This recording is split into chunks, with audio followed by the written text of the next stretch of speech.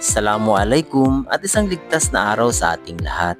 Ito si Bombero Tausug na laging nagpaalala at nagsasabi, huwag maglaro ng apoy.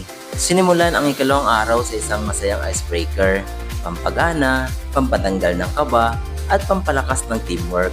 Again, welcome sa Day 2 and Day 3 ng 3D Social Media Operation Training ng 11 Infantry Alacdan Division, Philippine Army.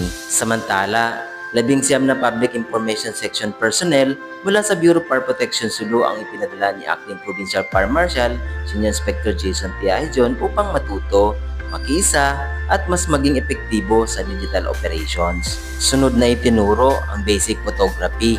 Dito, natutunan ng mga participants kung paano gamitin ang camera hindi lang para kumuha ng larawan, kundi para magkwento ng makabuluhang mensahe. Dagdag pa dyan, tinalakay rin ang social listening report, paano makinig sa puso ng publiko online. At ang pinaka-importante ay ang social media policy para sa tamang asal sa digital platforms. Hands-on din ang session sa Adobe Photoshop.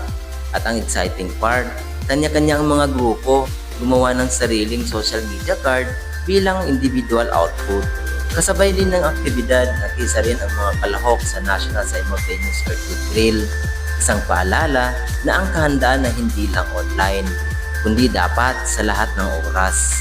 Subalit, pagkatapos nito, bawat grupo ay nagpakita ng kanilang output presentation kung saan ipinamalas nila ang lahat ng natutunan mula sa training.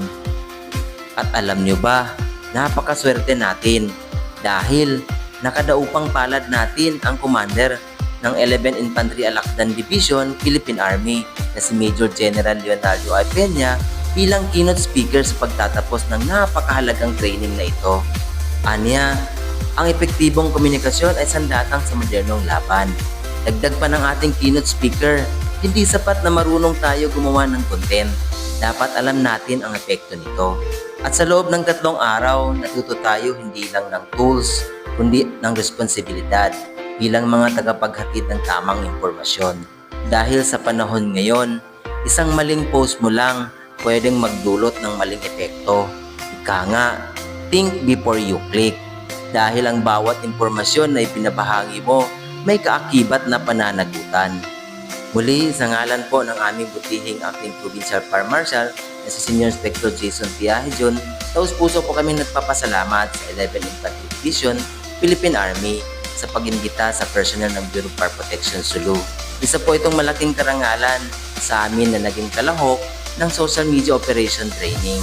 Mabuhay ang lahat